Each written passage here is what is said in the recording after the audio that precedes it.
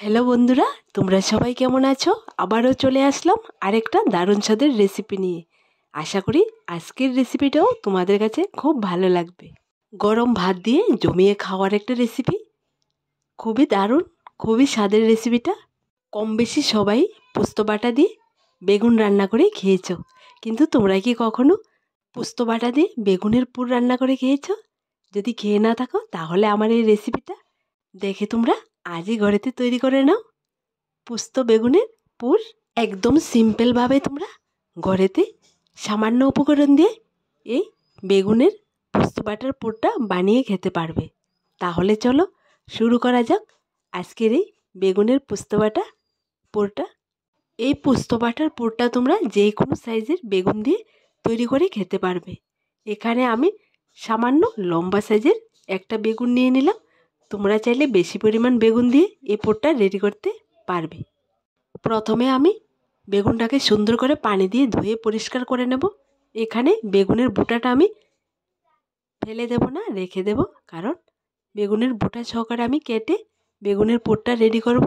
আর তোমরা যদি চাও বোঁটাটা রাখবে না, তাহলে কেটে ফেলে দিতে পারো। দেখো বন্ধুরা, বেগুনটা আমি সুন্দর করে ধুয়ে পরিষ্কার করে নিলাম। আর এখানে বেগুনের বোঁটাটা বেশিটা পরিমাণ লম্বা, তাই একটুখানি কেটে আমি একটু ছোট করে নেব। বোঁটাটা কাটার পর সামনের সাইডটা একটুখানি কেটে নেব। তারপর মাঝখানে আমি একদম সমান ভাগে ভাগ করে দুভাগ করে নেব। দেখো বন্ধুরা, একদম সমান ভাগে আমি দুই ভাগ করে নিলাম বেগুনটাকে।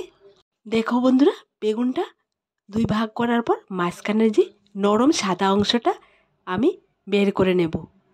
সাইডের অংশটা কিছুটা অংশ বাদ দিয়ে আমি মাঝখানের অংশটা বের করব। দেখো আমি ছুরি দিয়ে কেমন করে মাঝখানের অংশটা কেটে নিয়েছি।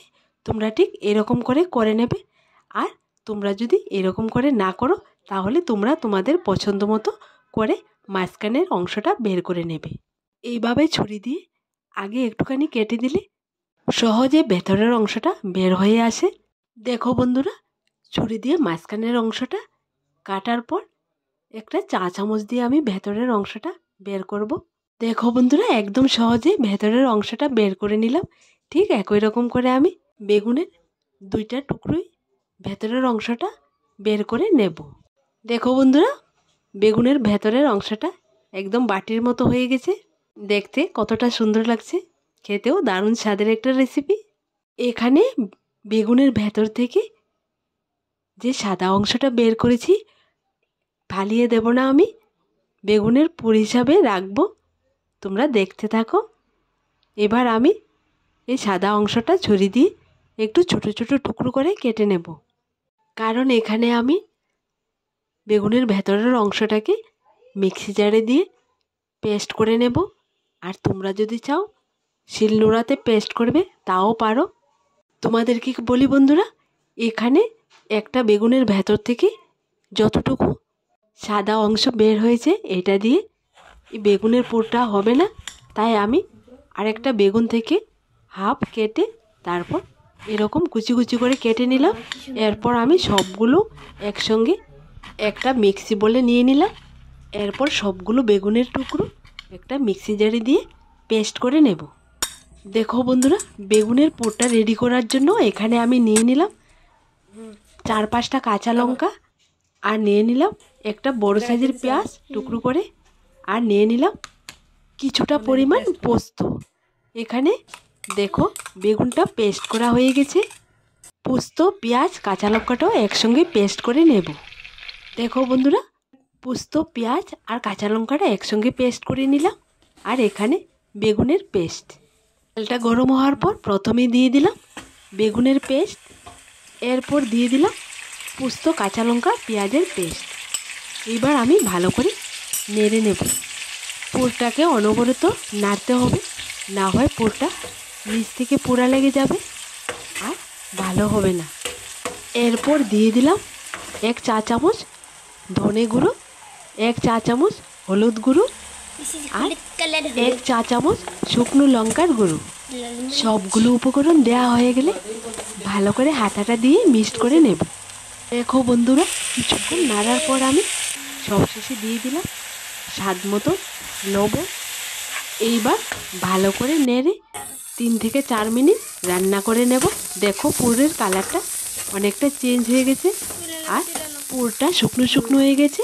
এবার আমি চুলোর আঁচটা বন্ধ করে নামিয়ে নেব। দেখো বন্ধুরা, পুরটা নামিয়ে একটা মিক্সি বোলে নিয়ে নিলাম। এইবার কি করব, এই বেগুনের উপর দিয়ে একটুখানি হলুদ মাখিয়ে নেব, তাহলে দেখতেও সুন্দর লাগবে আর বানানোর পরও ভালো লাগবে। দেখো বন্ধুরা, 2টা পাটে সুন্দর করে হলুদ গুঁড়ো লাগিয়ে নিলাম। এইবার পুরটাকে বেগুনের মধ্যে ভরে নেব। দেখো বন্ধুরা, একই রকম করে আমি 2টা বেগুনের পাটে পুরটা ভরে নিলাম। তোমরা ঠিক এরকম করে করলে হবে। বেগুনের মধ্যে পুরটা ভরা হয়ে গেছে। এবার পুরটাকে ভাজা করে নেব। এখানে আগে আমি যে প্যানের মধ্যে পুরটাকে রেডি করেছিলাম চুলোয় বসিয়ে দিলাম আর দিয়ে দিলাম পরিমাণ মতো রান্নার তেল। এরপর এর উপর একটা একটা করে বেগুনের পুরগুলো দিয়ে দেব। বেগুনের পুরটা তেলের উপর দেওয়ার পর চুলোর আঁচটাকে একদম লোতে রাখতে হবে। এরপর উপর দিয়ে ঢাকনা দিয়ে 5 মিনিটের মতো ভাজা করে নেব। 5 মিনিট ভাজার পর উল্টিয়ে আরও 5 মিনিট ভেজে নেব।